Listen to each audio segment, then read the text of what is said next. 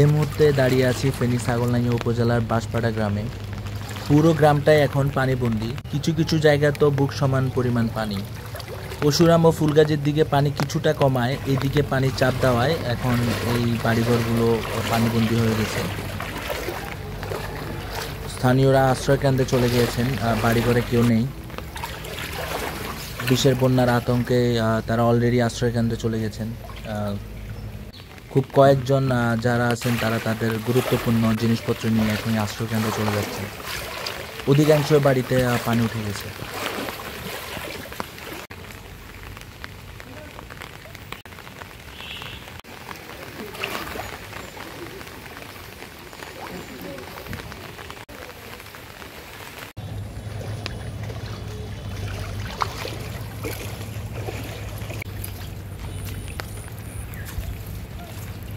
সামনে এক বুক পানি, আর যাওয়া সম্ভব হচ্ছে না।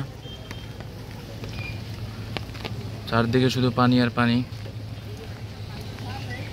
এটি ফেনী ছাগলনাইয়ার বাঁশপাড়ার দৃশ্য।